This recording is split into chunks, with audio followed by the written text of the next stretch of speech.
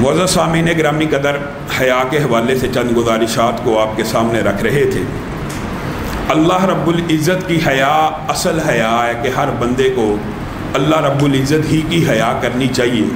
جو بندہ اللہ رب العزت کی حیا کرتا رہتا نا ساری زندگی، تو پھر حدیث سے یہ بات سمجھ آتی ہے، حدیث سے یہ بات پتہ لگتی ہے کہ اللہ رب العزت بھی کل قیامت کے دن اس بندے کو عذاب دیتے ہوئے حیا محسوس کرتے ہیں جو دنیا کے اندر اللہ رب العزت کے سامنے گناہ کرتے ہوئے یہ محسوس کرتا ہوگا کہ یہ میرا رب ہے جو مجھے دیکھ رہا ہے، تو اللہ کل قیامت کے دن اس کی حیا کریں گے۔ اسی لیے حدیث کے الفاظ یہ موجود ہیں واضح کہ اللہ تعالیٰ ہر بندے کے گناہ کو معاف کر دیں گے، ہر بندے کے گناہ کو معاف کر دیں گے، لیکن وہ بندے جن کے گناہ معاف نہیں ہونے، ان میں سے ایک بندہ وہ ہوگا کہ جو رات کی تاریکی اور تنہائی میں گناہ کرے اور اس کے گناہ کو کسی نے نہ دیکھا ہو، اللہ نے اس کے گناہوں کے اوپر پردے ڈالے ہوں، اور وہ صبح لوگوں کے سامنے آ کے بکواس کرتا پھرے، رات میں نے ایسے کیا، میں فلاں کے ساتھ تھا، میں فلاں جگہ گیا، میں لانگ ڈرائیو پہ گیا، میں فلاں کے ساتھ پھرتا رہا۔ اللہ نے تو تیرے پردے رکھے اور تو صبح اٹھ کر اپنے پردے خود اٹھا رہا ہے، پھر کل قیامت کے دن اللہ تعالیٰ اس کے پردے نہیں رکھے گا، اس کے گناہوں کو معاف نہیں کرے گا۔ ایک ہوتا ہے گناہ کر لینا، ایک ہوتا ہے اس کے اوپر ندامت کرنا، ایک ہوتا ہے اس گناہ کی شرم بھی نہ کرنا، بے حیا ہو جانا، بد زبان ہو جانا، اپنے گناہوں کو فیس بک کے اوپر شیئر کرنا، لوگوں کے ساتھ شیئر کرنا، مختلف عوام میں باتیں کرنا۔ ایسے لوگوں کو اللہ رب العزت پسند نہیں فرماتے اور ان کے گناہ معاف نہیں ہوتے۔ میرے بھائیو، یہ جو موضوع ہے نا یہ بڑا لمبا چوڑا ہے، لیکن ہم اس کو مختصر کریں گے اور اپنے نیکسٹ موضوع کی طرف بڑھیں گے۔ چند باتیں میں اس حوالے سے ضرور آج کہنا چاہتا ہوں کہ ہم مغرب سے شکوہ کرتے رہتے ہیں، ہم لبرل مافیا سے، میڈیا سے، کہ یہ حیا باختہ عورتیں، اخلاق باختہ عورتیں 2-2 روپے کی چوئنگم، 1-1 روپے کا ٹریٹ بلیڈ بیچنے کے لیے ٹی وی میں آ کر واہیات کپڑے پہنتی ہیں، بل بورڈز لاہور کے چوکو چراہوں پہ ان عورتوں کی تصویروں کے لگے ہوتے ہیں۔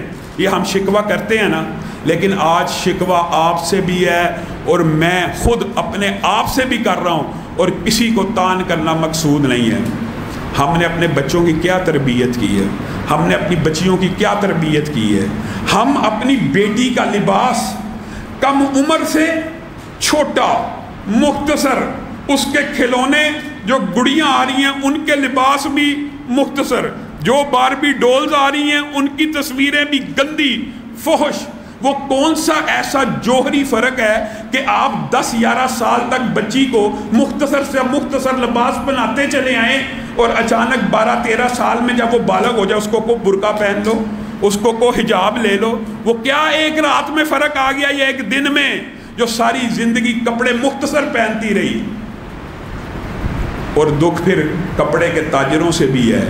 آپ چلے جائیں مارکیٹ کے اندر، کوئی دیندار بندہ کپڑے لینے کے لیے چلا جائے نا کہ اس طرح کا لباس چاہیے، تو آگے سے جواب پتہ کیا ملتا ہے؟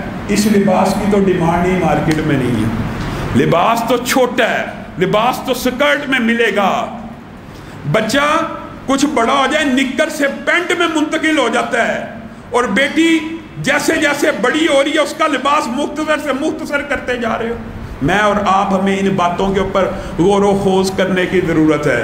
ہم کس معاشرے میں جی رہے ہیں؟ یہ موبائل کا دور ہے، یہ سوشل میڈیا کا دور ہے، یہ فیس بک کا دور ہے، یہ کس قسم کا دور ہے؟ آپ اور میں اپنے بچوں کو موبائل بھی لے کے دیے ہوئے ہیں اور ان کا چیک اینڈ بیلنس نہیں۔ اپنے بچوں کے ساتھ اچھی دوستی کیجیے، ان کا چیک اینڈ بیلنس رکھیے، ان کو یہ احساس دلاتے رہیے کہ بیٹی اور بیٹے، جو تمہیں زندگی کے اندر پسند آ جائے گا، اگر ہماری پسند اس سے مل جائے گی ہم اسی کے ساتھ تیرا رشتہ کریں گے، اور اس کی یہ بھی تربیت کرنی چاہیے۔ یہ بات میں آپ کو بات بتلا دوں، اللہ نہ کرے ہم میں سے کسی کے گھر ایسا معاملہ ہو کہ بیٹی عدالت میں جا کے کھڑی ہو جائے اور کہ میں اپنے باپ کو نہیں پہچانتی، اس واہیات کو پہچانتی ہوں، اس کے ساتھ بھاگ رہی ہوں۔ اللہ نہ کرے ایسا موقع ہے، لیکن آپ کو اور مجھے بھی اس بات کو مد نظر رکھنا چاہیے کہ رسول اللہ صلی اللہ علیہ وسلم نے بچوں کی رائے کی بھی اہمیت دی ہوئی ہے، ان کی بھی پسند کی جگہ کے اوپر شادی ہونی چاہیے۔ یہ نہیں کہ ضد اور انا میں انسان غیرت کے جلی نعرے لگاتا رہے اور اخلاق کا اور غیرت کا جنازہ نکل جائے، یہ بھی ایک فلسفہ ہے۔ میرے بھائیو، اللہ رب العزت کی حیا کے بعد سب سے زیادہ حیا اگر کسی کی ہونی چاہیے تو وہ کس کی ہونی چاہیے؟ رسول اللہ صلی اللہ علیہ وسلم۔ اس بات میں کیا شک ہو سکتا ہے؟ اور صحابہ نے اللہ کی قسم رسول اللہ کی حیا اسی طرح کی جس طرح اللہ چاہتا تھا۔ فَإِنْ آمَنُوا بِمِثْلِ مَا آمَنْتُمْ بِهِ فَقَدِ اهْتَدَوْا۔ اللہ کہہ رہا ہے اگر اصحاب رسول نے جس طرح رسول اللہ کی حیا کی اس طرح ایمان لے کے آؤ گے، اس طرح رسول اللہ کی قدر اور حیا کرو گے، ہدایت پا جاؤ گے۔ کتنے عظیم الشان واقعات ہیں۔ رسول اللہ کہہ رہے ہیں بیٹھ جاؤ، ایک بچہ کھڑا ایسے جیسے آ رہا ہے یا کوئی آدمی کھڑا ہوا، رسول اللہ نے کہا بیٹھ جاؤ۔ باہر ایک صحابی دروازے کے باہر کھڑے ہیں، رسول اللہ کی آواز آئی بیٹھ جاؤ، ادھر ہی بیٹھ گئے۔ رسول اللہ نے بعد میں بلایا، کیا ماجرا ہوا؟ میں نے تجھے تو نہیں تھا کہا آپ نے مجھے کہا ہو یا نہ کہا ہو، آپ کی آواز آئی بیٹھ جاؤ، میں کھڑا رہتا تو میرا ایمان ضائع ہو جاتا۔ حیا یہ ہے صحابہ کے اندر۔ قبلہ تین کی مسجد جو مدینہ گیا اس نے دیکھی ہوئی ہے نا، اس کو قبلہ تین پتہ کیوں کہتے ہیں؟ وہاں پہ ایک نماز ایسی ہوئی جو ایک ہی نماز میں دو قبلے تھے، یعنی آدھی نماز ایک قبلے کی طرف پڑھی گئی اور آدھی نماز دوسری قبلے کی طرف پڑھی گئی۔ لمبا چوڑا واقعہ مختصر رکھتا ہوں۔ ایک ندا دینے والے نے آ کے ندا دی صحابی نے کہ رسول اللہ صلی اللہ علیہ وسلم نے مسجد النبوی میں قبلہ تبدیل کر لیا، منہ خانہ کعبہ کی طرف کر لیا گیا ہے، قبلہ تبدیل ہو گیا ہے۔ یہ سارے صحابہ قبلہ تین کے اندر نماز پڑھے ہیں پرانے قبلے کی طرف، اور کس حالت میں؟ رکوع کی حالت۔ آواز آئی رسول اللہ نے خانہ کعبہ کی طرف منہ کر لیا۔ رکوع سے سر اٹھا سکتے تھے کہ نہیں تھے اٹھا سکتے؟ رکوع کی حالت میں امام سمیت سب نے قبلہ تبدیل کیا۔ رکوع کی حالت میں رسول اللہ کے پاس خبر پہنچی، مسکرانا شروع ہو گئے، آپس میں بات ہوئی، یہ کیا ماجرا ہوا؟ کچھ تخیر کر لیتے، امام کو آگے جانے دیتے، صفوں کی ترتیب ہو جاتی۔ کہا آواز آئی تھی رسول اللہ نے قبلہ تبدیل کر لیا، ایک لمحے کے لیے بھی اگر ہم دیر کر دیتے تو ایمان ضائع ہو جاتا۔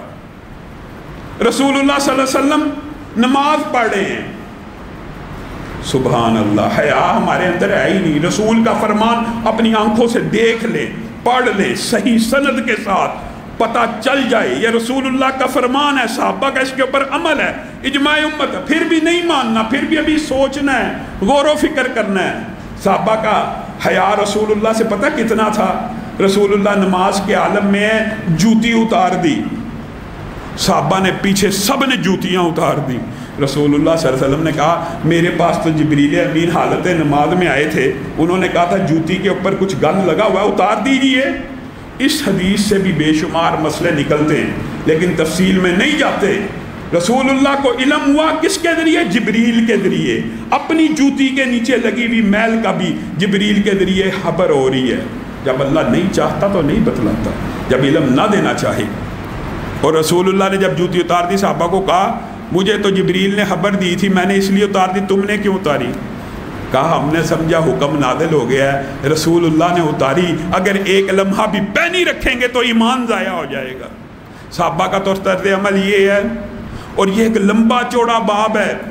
صحابہ کے ان گنت بے شمار واقعات اس بات کے اوپر دلالت کرتے ہیں، اللہ کی قسم رسول اللہ کی حدیث کی، رسول اللہ کی ایسی ایسی حیا کے واقعات ہیں۔ ابو ذر غفاری آخری وقت ہے، مشہور واقعہ آپ نے سنا ہوگا، لیکن اس کے اندر رسول اللہ کی حدیث کی لاج، عظمت اور حیا کا ایک پہلو بھی پوشیدہ ہے۔ آخری وقت ہے، نزا کا عالم ہے، بیوی رونا شروع ہوگی، بڑھیا کہ آپ اللہ کے رسول کے صحابی ہیں، اس جنگل کے اندر اکیلے فوت ہو رہے ہیں، میں تو بڑھیا ہو چکی ہوں، غسل کون دے گا، کفن کون پہنائے گا، مجھے تو پریشانی لگ گئی۔ ابو ذر غفاری سیدھے ہو کے بیٹھ گئے اس بیماری کی عالم میں، نزا کے عالم میں، کہا ابشری ولا تبکی، میں تجھے ایک خوشخبری سناؤں، تو نے رونا نہیں ہے۔ کس لیے؟ میں نے رسول اللہ صلی اللہ علیہ وسلم سے سنا تھا کہ تم میں سے ایک شخص فلات الارض میں یعنی جنگل کے اندر فوت ہوگا، میں اس وقت کے سارے ساتھیوں کو یاد کر رہا ہوں، ان میں سے کوئی جنگل میں فوت نہیں ہوا، وہ دنیا سے چلے گئے ہیں، مجھے امید ہے کہ صرف میں ہی رہ گیا ہوں۔ اور نبی کریم نے کہا تھا جس وقت وہ فوت ہو جائے گا مسلمانوں کی ایک جماعت اسی وقت آئے گی، اس کے کفن اور دفن کا انتظام کرے گی اور اس کو نہلائے گی اور اس کا جنازہ پڑھے گی۔ یہ الفاظ کہے ہیں لا الہ الا اللہ کہہ کے روح جسم سے نکل گئی اور وصیت کر کے گئے مجھے تو نے دفن نہیں کرنا، ایک جماعت آئے گی۔ ادھر روح پرواز کر رہی ہے، دوسری طرف سے عبداللہ ابن مسعود عراق سے آ رہے ہیں اور کہتے ہیں یہاں ہمارا ایک ساتھی رہتا ہے اس جنگل میں، پتہ کرو آج اس سے ملنے کو دل کر رہا۔ ابو ذر غفاری صحابہ کا دستہ ڈھونڈتے ڈھونڈتے دستک دیتا ہے، ابو ذر غفاری کا گھر یہی ہے، جی ہاں یہی ہے۔ ان سے عبداللہ ابن مسعود ملنا چاہتے ہیں، وہ تو فوت ہو گئے۔ کہا پیچھے ہٹ جائیے، ہم اپنے بھائی کو غسل بھی دیں گے، اس کا جنازہ بھی پڑھیں گے، اس کی تدفین بھی کریں گے۔ صحابہ آخری وقت تک رسول اللہ صلی اللہ علیہ وسلم کے فرمان کے ساتھ چمٹے رہے۔ اور رسول اللہ کے بعد حیا ہونی چاہیے، کس کی ہونی چاہیے بتائیے؟ یہ ایک لمبا چوڑا موضوع ہے، صرف مختصر کر رہا ہوں آپ کے سامنے۔ رسول اللہ کے بعد سب سے زیادہ حیا کے لائق اگر کوئی ہے تو وہ اصحاب رسول ہیں، اصحاب رسول ہیں۔ لیکن افسوس اور دکھ کی بات یہ ہے کہ رسول اللہ کے اصحاب کے ساتھ حیا کا کوئی معاملہ ہی نہیں کیا جاتا۔ ایک حدیث سن لیجئے، عمر بن العاص مصر کو فتح کرنے گئے ہیں اور رسول اللہ کی وصیت، رسول اللہ دنیا میں نہیں ہے، وصیت لے کے گئے ہیں کیا کہ مصر کو فتح کرو گے تو ان کے ساتھ اچھا سلوک کرنا، اعلان کر رہے ہیں تمہارے ساتھ اچھا سلوک ہوگا، جس کا جو باغ ہے وہی مالک ہے، جس کی جو جائیداد ہے وہی مالک ہے، جس علاقے کا جو حاکم تھا وہ یہ ہو گیا، کسی سے پیسہ نہیں لیا جا رہا، جزیہ نہیں لیا جا رہا۔ ابو مریم پادری اور دوسرا اس کا بڑا لارڈ پادری حیران ہو رہے ہیں، یہ پہلے فاتح دیکھے ہیں جو فتح کرنے کے بعد بھی زمینیں واپس، ہر چیز واپس، یہ کیا ہو رہا ہے؟ بھائی حیا یہ ہونی چاہیے، رسول اللہ کی بھی اور اصحاب رسول کی کیسی ہونی چاہیے۔ اس واقعے کے اندر دونوں باتیں پوشیدہ ہیں۔ انہوں نے کہا آپ ہمارے ساتھ ایسا معاملہ کیوں کر رہے ہیں؟ کہا ہمارے رسول نے کہا تھا تم ان قریب مصر کو فتح کرو گے، جب تم مصر کو فتح کرنا تو ان کے ساتھ عزت کا معاملہ کرنا۔ وجہ رسول اللہ نے یہ بتلائی کہ میں محمد صلی اللہ علیہ وسلم کی ان کے ساتھ سسرالی رشتہ داری ہے۔ سبحان اللہ، کون سے سسرالی رشتہ داری ہے جی مصریوں کے ساتھ؟ امی ہاجرہ بابا ابراہیم کے نکاح میں آئی تھی۔ کون سی سسرالی رشتہ داری ہے؟ ماریہ قبطیہ مصر سے آئی تھی۔ یہ رشتہ داری، اس کا احساس 20 برس کے بعد تم کرنا۔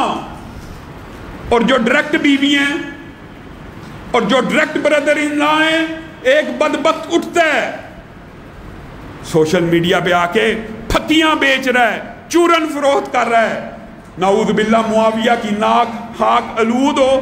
بدبخت سے جملہ بھی اللہ نے سیدھا نہیں بلوایا، الٹا بولا اور کہنے لگا حضرت معاویہ پہ فلاں فلاں فلاں لان تان کرتے تھے، جھوٹ بولتا ہے۔ یہ صحابہ کی حیا ہے، اور وہ نبی کریم کہہ رہے ہیں مصریوں کی حیا کرنا، میری ان کے ساتھ سسرالی رشتہ داری ہے۔ تمہیں تو رسول اللہ کی حیا نہیں، رسول اللہ کے برادر ان لا ہیں۔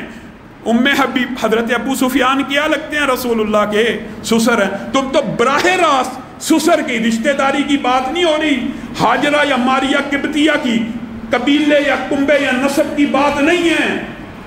یہاں پہ تو براہ راست سسر کی حیا نہیں، یہاں تو براہ راست بیویوں کی حیا نہیں موجود۔ عجیب و غریب انسان ہے، نئے سے نئی باتیں کرتا ہے۔ کل ایک اور ویڈیو دیکھی ہے، رمضان ہے، دل بھی نہیں کرتا اس کا ذکر کر کے رمضان کے اندر اپنی عبادات کو خراب کیا جائے، لیکن کہتا یہ ہے جبریل امین، سبحان اللہ، پیغمبر ہیں، رسول ہیں۔ پہلے علماء کے خلاف اردہ سرائی، کبھی ابن تیمیہ کے خلاف، کبھی ابن کثیر کے خلاف، بڑھتا بڑھتا محدثین کے خلاف، بڑھتا بڑھتا امام ابو حنیفہ کے خلاف، بڑھتا بڑھتا اصحاب رسول کے خلاف۔ اب کہاں پہ حملہ کیا؟ سیدھا جبریل امین کے اوپر، جبریل امین کے اوپر۔ کہتا جبریل بھی اگر مجھ سے میرا ایمان مانگے نا، میں تو نہیں ایکسچینج کروں گا، جبریل تجھ سے تیرا ایمان مانگے گا۔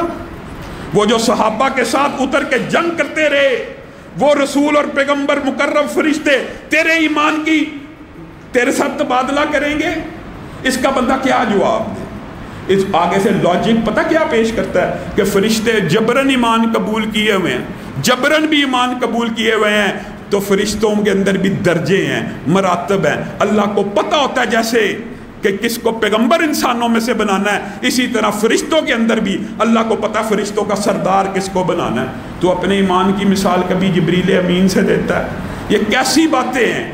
اللہ رب العزت ہمیں اللہ کی، رسول اللہ کی، ان کے اصحاب کی صحیح طرح اس طرح حیا کرنے کی توفیق عنایت فرمائے جس طرح حیا کرنے کا حق ہے۔ سبحان ربک رب العزت عما یصفون وسلام علی المرسلین والحمد للہ رب العالمین۔ انشاءاللہ کل اس ٹاپک کو ختم کریں گے، اس کے بعد انشاءاللہ ایک نئے موضوع کو شروع۔ قم للصلاة إذا المؤذن كبارا أقبل لربك مسرعا متطهرا